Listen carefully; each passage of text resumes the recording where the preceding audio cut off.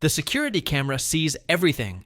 It's an unblinking, dispassionate eye in the corner of a warehouse, a factory floor, a stockroom. It records the mundane, the routine, the comings and goings of an ordinary workday. It is a silent witness. And sometimes it witnesses a lie. A carefully constructed performance designed to exploit, to cheat, to steal. This is not just a story about a fall. This is a story about a performance, where the actor believed the stage was empty, forgetting the one audience member that never looks away. This is about the moment the script they wrote for themselves was torn to shreds by a truth recorded in high definition.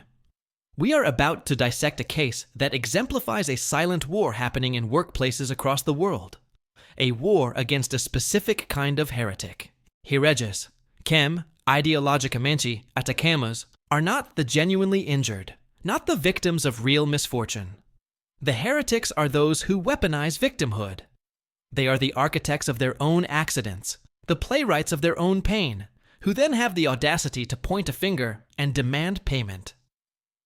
They attack the very foundation of trust and the systems designed to be a safety net, draining resources from those who truly need them and driving costs up for everyone. This is an ideological attack on honesty itself, and today you will see the counter-offensive. The target of this ideological attack is you, the business owner, the manager, the honest payer. You who carry the insurance, who follow the rules, who believes in a system of mutual responsibility. You are the one who pays the premiums that go up every time one of these fraudulent claims is successful. You are the one who faces the legal headaches, the potential for skyrocketing costs, and the erosion of workplace morale.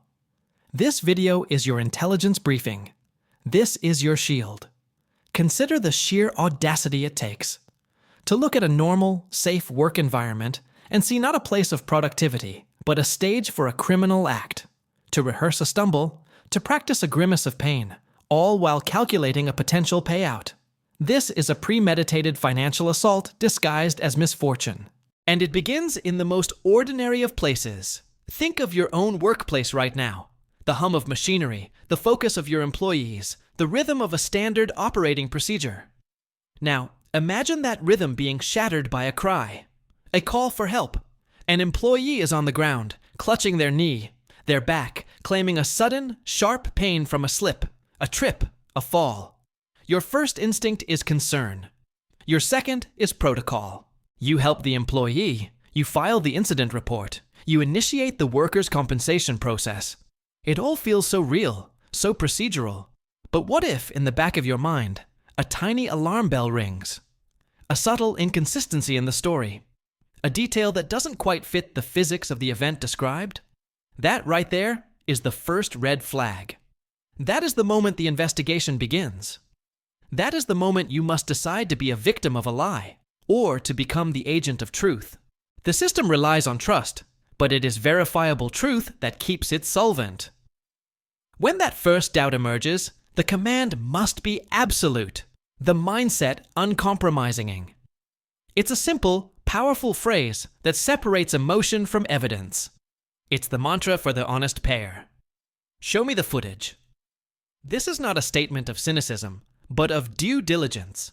It is the demand for the unblinking eye to speak. It is the turning point in every one of these stories. Hey, this story's stirring up some outrage on your side of the screen, isn't it? If it is, do me a crucial favor. Comment which state you're watching from, and tell me the exact moment that made your blood boil the most in this case.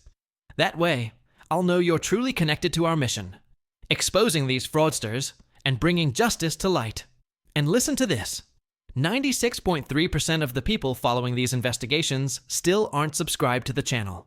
If you're not part of that group, I'm inviting you to subscribe right now. It's completely free, and you'll keep getting the most explosive stories of fraudsters being exposed straight to your feed. Also, remember, at the end of this video, you'll find even more shocking cases waiting for you on your screen. The initial incident report is a sterile document, a form filled with blanks that now hold a narrative of trauma. It states the date, the time, the location. It describes a sudden, unexpected hazard, a wet spot on the floor, a loose cable, an object left in a walkway. The employee's statement, often recorded just hours after the event, is a masterpiece of victimhood. They speak of a sharp, shooting pain, an inability to bear weight, a debilitating injury that has rendered them incapable of performing their job. The story is clean, simple, and perfectly designed to trigger the protocols of the workers' compensation system. This is the genesis of the claim, the moment the performance transitions from the physical stage to the administrative battlefield. This is where the financial clock starts ticking. The medical examination that follows often becomes the first layer of legitimization. The claimant arrives at the clinic or hospital, repeating the same story of the traumatic fall. The doctor, relying on patient-reported symptoms and a physical examination, documents the complaint: lower back strain, knee sprain, rotator cuff tear. The medical report becomes a powerful piece of the claimant's dossier, a seemingly objective document that appears to corroborate their subjective pain. It's a critical juncture. With a medical report in hand, the claim gains immense weight. The focus shifts from if an injury occurred to what must be done about it. Temporary total disability benefits are calculated, covering a portion of the employee's lost wages.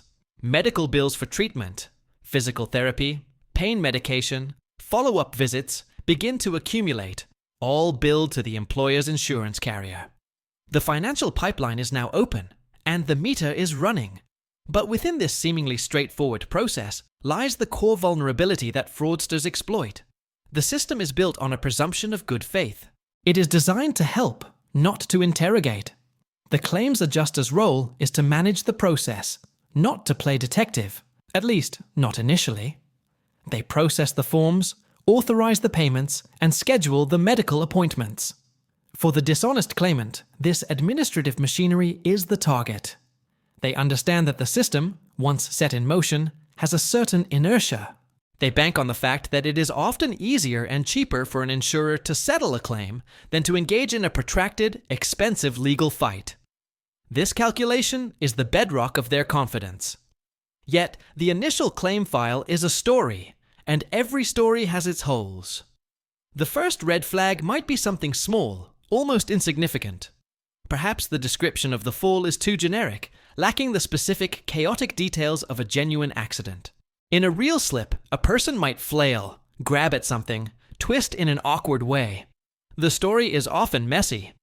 A fabricated story is frequently clean, rehearsed, and physically simplistic. I stepped there, my foot slipped, and I fell straight down. It's a clinical description of an event that is, by nature, unclinical. Another flag can be the timing. Did the incident occur immediately after a shift began? Or right before a long weekend? Was it reported only after a disagreement with a supervisor? These are not proofs of guilt, but they are the subtle cracks in the narrative facade. The claimant's own actions post-incident can also betray them. This is where the investigation often expands beyond the paperwork. Activity on social media, though a sensitive area, can sometimes reveal a stark contrast between the claimed disability and the person's actual capabilities. The employee who claims a debilitating back injury, preventing them from any physical activity, might be pictured on a hiking trail or moving heavy furniture. These are the CCTV receipts of their personal life, an unguarded testimony that can shatter the carefully constructed image of an invalid. Similarly, witnesses, other employees, might offer hesitant, conflicting accounts. They might have seen something, or, more tellingly, they might have not seen something that the claimant's story insists should have been obvious. The phrase, "proof before hype," begins to echo here. It's a reminder not to be swept away by the emotional current of the claim, but to anchor the investigation in observable, verifiable facts. The claim, therefore, is a dual entity. On the surface, it is a formal request for benefits, a file of documents moving through a system. Beneath the surface, it is a hypothesis. The claimant's hypothesis is, I was genuinely injured at work. The emerging hypothesis of the investigator is, this event was staged.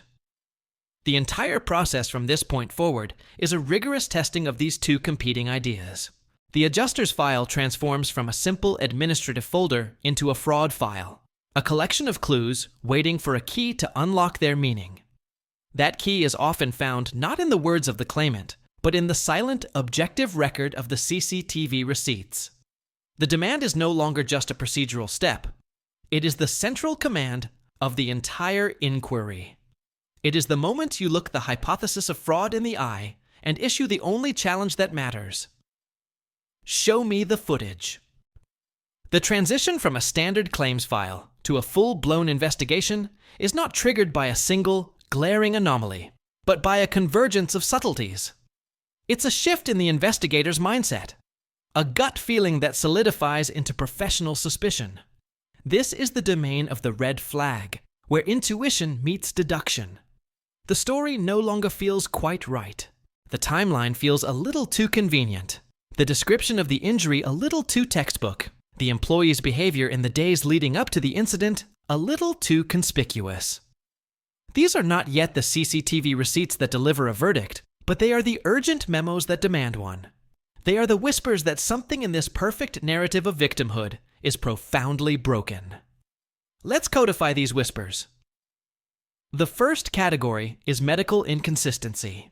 The claimant reports excruciating, unremitting pain that prevents even the most minor physical exertion. Yet, clinical findings are often subjective, meaning they rely entirely on the patient's report. A doctor might note, patient reports 10-10 pain, but objective tests like an MRI or X-ray show no structural damage, no swelling, no physiological evidence to support the claimed level of disability. This disconnect between reported agony and a lack of objective medical evidence is a classic red flag. It's the body's silent testimony against the claimant's loud protestations. Furthermore, there is the pattern of doctor shopping, where a claimant dissatisfied with one physician's lack of invasive treatment or quick prescription for opioids will seek out another and another, until they find one who will validate their story without rigorous questioning. The second category is behavioral and historical red flags. An investigator's due diligence includes a background check. Has this employee filed previous injury claims with other employers or even in a personal capacity? A history of litigiousness or multiple similar accidents forms a pattern that is statistically improbable and highly suspicious. Their behavior immediately after the incident is also telling. In a genuine accident, the focus is typically on getting help, on the shock and the pain. In a staged event, the focus can immediately shift to the paperwork, the financial implications, and even the retention of a specific attorney who specializes in such claims, sometimes suspiciously quickly. The employee might display a surprising familiarity with the claims process, using precise legal or medical jargon, indicating a level of premeditation or prior research that is unusual for a genuinely distressed individual. The third, and often most critical category, is the eyewitness account red flag. When other employees are interviewed, their stories should, in theory, corroborate the core of the claimant's account. But in cases of fraud, they often do not. A coworker might report that the area was clear and dry, directly contradicting the claimant's story of a slippery surface. They might have seen the claimant moments before the alleged fall and noticed nothing amiss in their gait or demeanor. More damningly, they might report that the claimant was behaving strangely beforehand, scanning the area, looking for cameras, or testing the spot where they would later fall. These witness statements are like seismic readings, pointing to the epicenter of the deception. They provide the context that makes the cold, hard video evidence intelligible. This is the crucial pivot point in the narrative. The investigator is now no longer just processing a claim. They are building a case. The file thickens with notes, interview transcripts, and medical record reviews. Each red flag is a piece of a puzzle, but the puzzle is still incomplete. The picture it hints at is one of deliberate deception, but to move from hypothesis to certainty, from suspicion to proof, requires a higher authority. The witness statements provide the why and the who, but they lack the irrefutable what. The medical reports provide the claimed consequence, but not the actual cause. To bridge that gap, to move this from the realm of compelling theory into the realm of undeniable fact, requires accessing the one witness that has no bias, no memory lapse, and no motive to lie. The investigation has reached its logical and necessary climax. The collection of red flags has built a case so compelling that there is only one logical, definitive next step. It's the moment the investigator picks up the phone or writes the email that will make or break the entire case. The command is simple, direct, and carries the full weight of the gathered evidence. It is a demand for the ultimate arbiter of truth. Show me the footage. The command has been issued. Show me the footage. This is the turning point where the investigation sheds its speculative skin and enters the realm of cold, hard fact. The request for the CCTV receipts is not a mere formality. It is a surgical strike aimed at the heart of the fraudulent claim. There is a palpable tension in this moment of retrieval. The investigator isn't just loading a video file, they are unlocking a time capsule containing the unvarnished truth of what happened in those critical minutes. They are about to compare the claimant's carefully rehearsed story against the unbiased eye of the camera. This is the moment of CCTV exposes. The initial viewing is often methodical, almost clinical. The investigator locates the correct camera angle, the right timestamp. The scene is mundane: an empty corridor, a quiet warehouse aisle, a deserted break room. The world goes about its business. And then the claimant enters the frame. This is the before state. Watch their gait. Is it normal, fluid, unhindered? Or is there a pre-existing limp they would later blame on the fall? Observe their actions. Are they engaged in work, or do they seem to be loitering, waiting for an opportunity, for a moment of perceived privacy? The footage before the incident is a baseline, a control subject that establishes the claimant's physical capabilities and mental state immediately prior to the event they claim was a traumatic accident. Then comes the moment itself, the staged fall. In a genuine accident, the event is chaotic, reflexive, and physically unpredictable. A body reacts to a loss of balance with a series of jerky, ungraceful movements. Arms flail, the torso twists. The fall is often to the side or backwards in a desperate attempt to regain equilibrium. It is messy, quick, and unmistakably real. The fraudulent fall, by contrast, is often a study in controlled deliberation. The movements can be slower, more calculated. The individual might look around one last time, ensure the coast is clear, and then perform the act. The fall itself is frequently too straight, too graceful, a simple folding of the legs rather than a true loss of balance. They descend directly onto a well-padded part of the body, like the buttocks, avoiding any genuine impact to knees, wrists, or head. It is a performance, and to a trained eye, it looks exactly like one. The moments after the fall are perhaps the most damning. In a real injury, the initial reaction is one of shock and genuine pain. There is often a delay before the person even moves, followed by grimaces and hesitant, pained attempts to get up or assess the damage. The performance of a fraudster, however, follows a different script. After the initial impact, there is often a conspicuous pause. It's the waiting period. They are waiting to be discovered, to be heard. Then, the performance begins. Exaggerated groans, dramatic calls for help that seem aimed at attracting attention from a distance, rather than expressing immediate involuntary pain. They might remain perfectly still in the exact position they landed, as if following stage directions, rather than shifting and writhing as someone in genuine discomfort would. This is where the investigator will go frame by frame. They will zoom in. What is the claimant's facial expression in the split second before they call out? Is it a mask of pain or a look of concentration? What do they do with their hands? Are they clutching the injured area in genuine agony, or is the gesture theatrical? The CCTV receipts provide a level of detail that no eyewitness ever could. They capture the truth that the claimant's story desperately tries to conceal. This footage is the ultimate proof before hype. It strips away the emotional appeals, the medical jargon, the legal posturing, and reduces the entire multi-thousand-dollar claim to a simple, undeniable sequence of images. It transforms the claimant from a sympathetic victim into the star of their own failed production. The acquisition of this evidence marks the point of no return. The fraud file is now complete, its core fortified by irrefutable video proof. The hypothesis of staging has been proven. The case is no longer about whether fraud occurred, but about how the system will respond. The silent witness has spoken. Its testimony is clear, concise, and devastating to the false narrative. The investigator now possesses the power to not only deny a claim, but to dismantle it utterly and hold the perpetrator accountable. The next phase is about confrontation and consequence. The CCTV receipts are about to leave the investigator's office and enter the arena of the law. The CCTV receipts have delivered their verdict in the private theater of the investigator's office. But this is only the first act of justice. The undeniable truth captured on that video must now be weaponized within the legal system.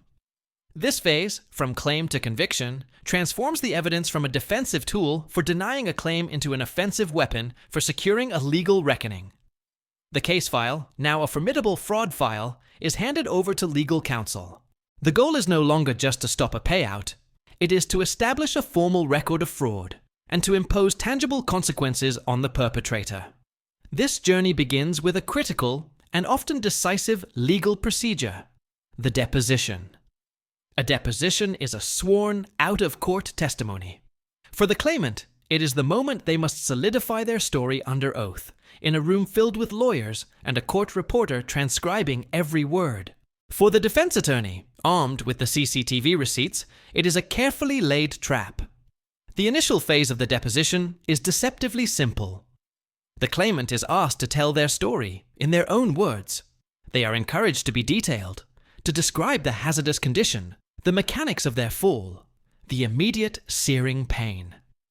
They commit their performance to the official record, locking themselves into a specific, sworn narrative. They are digging their own grave with every confident rehearsed detail. Then, the pivot. The defense attorney's tone may shift from neutral inquiry to focused cross-examination. You stated under oath that you slipped on a puddle of clear liquid, correct? And you testified that your foot went out from under you, so suddenly you had no time to react. Is that accurate?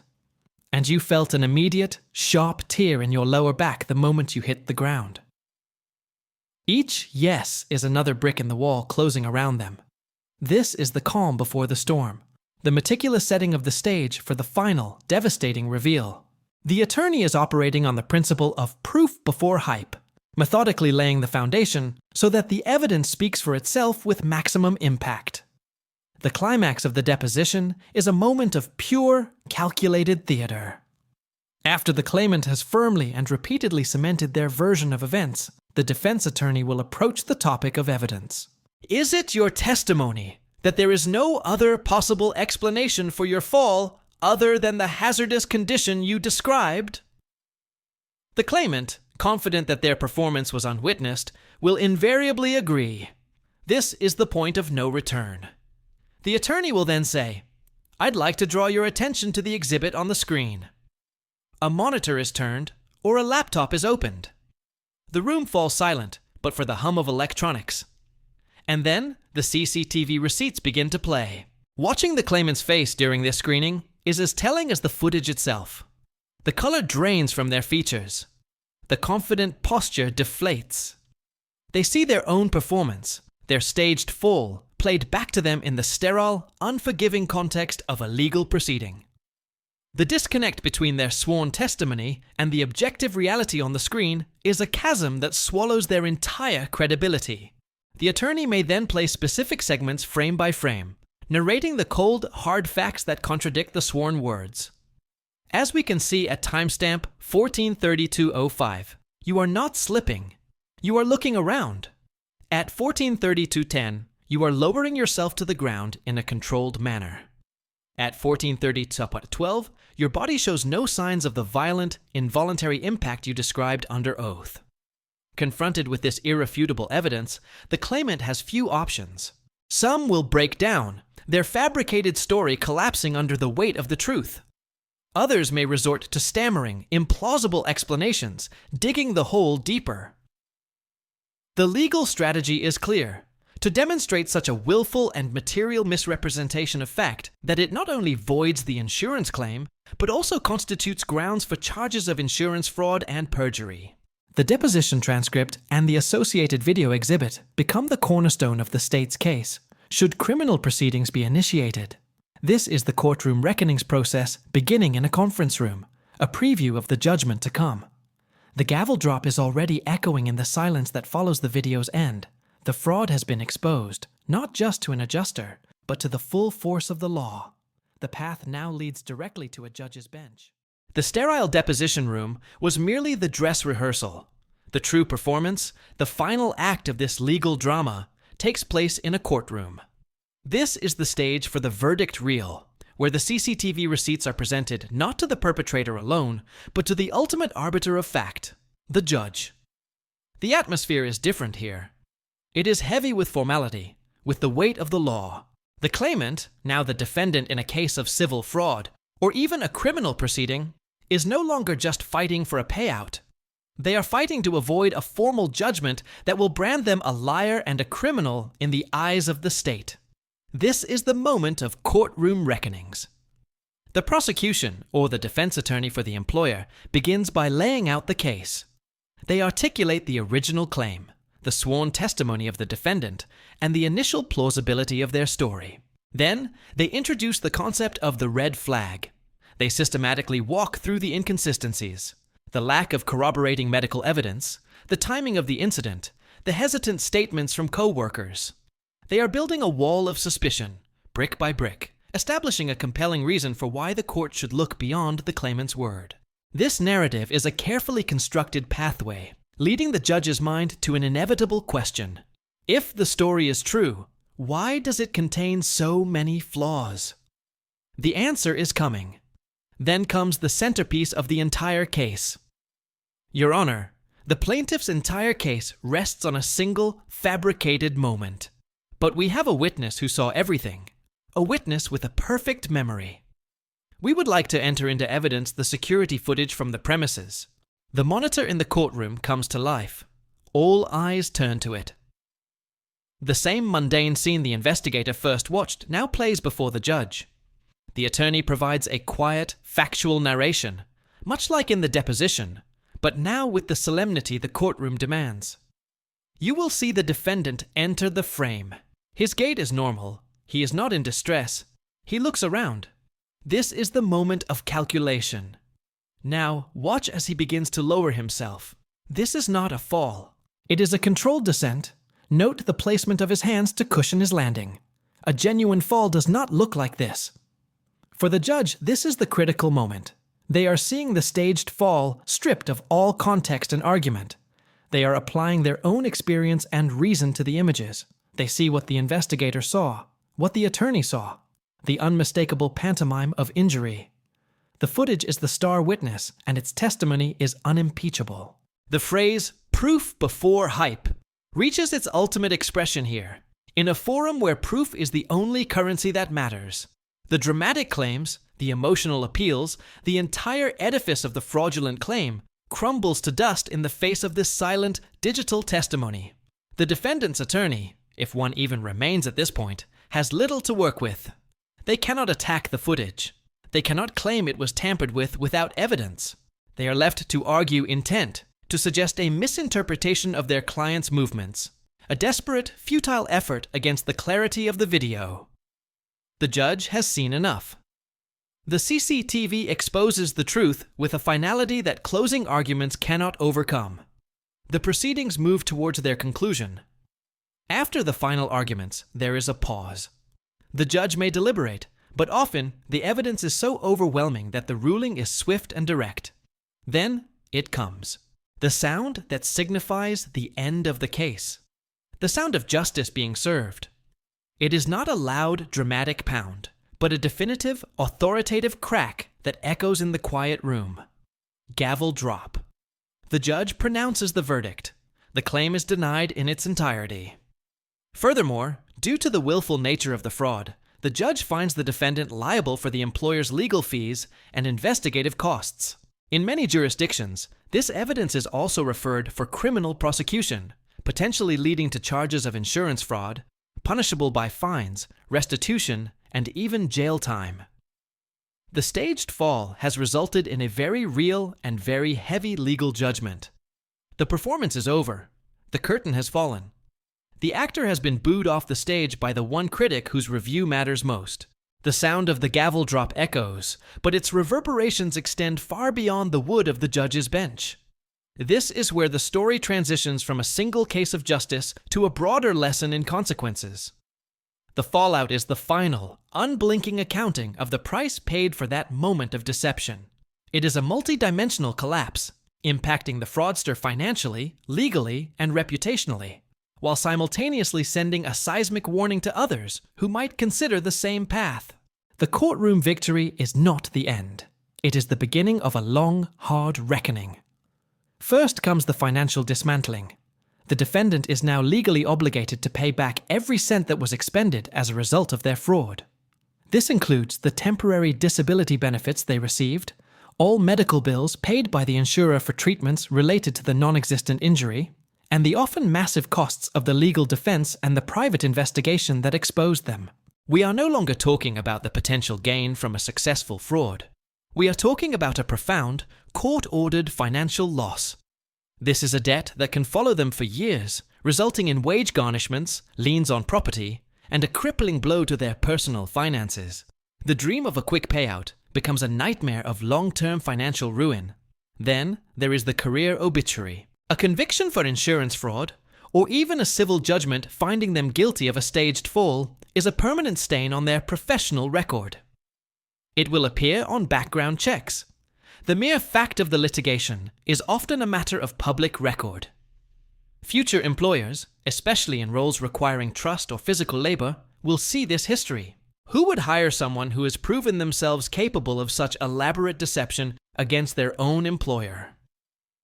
This single act often spells the end of their career in their chosen field, a self-inflicted professional exile. They are not just losing a job, they are burning the entire bridge of their future employability. But the consequences are not contained to the individual. This fallout creates a powerful deterrent, a case code that enters the ecosystem of insurers, employers, and legal professionals. This case becomes a precedent, a story told in training seminars and legal briefs. It reinforces the playbook for investigation. Look for the red flags, secure the CCTV receipts, and build the fraud file. It empowers other honest payers by showing them that the system can and will fight back. It makes insurers more vigilant and investigators more confident in pursuing seemingly suspicious claims. Every successful prosecution makes the next fraudster's calculation riskier, shrinking the shadow where these deceptions can thrive. This brings us to the final, crucial piece of the puzzle. For the business owner, the manager, the honest payer watching this, the question shifts from "what happened to them?" to "how do I protect myself?" The fallout for you, if you are unprepared, could be just as severe. A single successful fraudulent claim can lead to skyrocketing insurance premiums, a toxic breakdown of workplace trust, and a costly legal battle even if you win. The lesson of this fraud file is not passive. It is a call to action. It demonstrates that your first and most powerful line of defense is a proactive one. It is about having systems in place before an incident occurs. This is the ultimate translation of this entire narrative from a story of crime and punishment into a manual for operational security. The CCTV receipts that secured the verdict were not a lucky break. They were the result of a conscious decision to install and maintain a comprehensive security system. The swift investigation was fueled by a company policy that treats all incidents with a balance of concern and due diligence. The victory in court was built on the foundation of a well-documented workplace and a refusal to be intimidated by a baseless claim. The fallout for the fraudster is the direct result of your preparedness. You were not a victim because you chose not to be. You turned their staged fall into their final downfall. This is the core of the conflict. Heriges, kem, ideologicamente, ataquemos are not merely criminals. They are corruptors of a system built on a social contract. They prey on empathy and exploit due process. But as this case proves, their greatest weakness is their arrogance. They believe the stage is empty. They forget the unblinking eye, the diligent investigator, and the unwavering principle of evidence. This victory is not just for one company. It is a victory for every premium-paying business, for every honest payer who refuses to be victimized. It is a declaration that the system, when armed with truth and tenacity, can and will defend itself.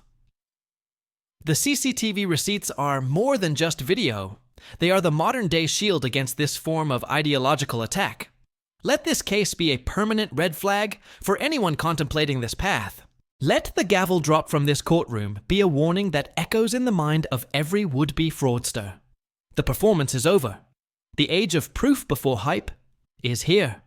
Your business, your integrity, and your bottom line are under constant, silent siege.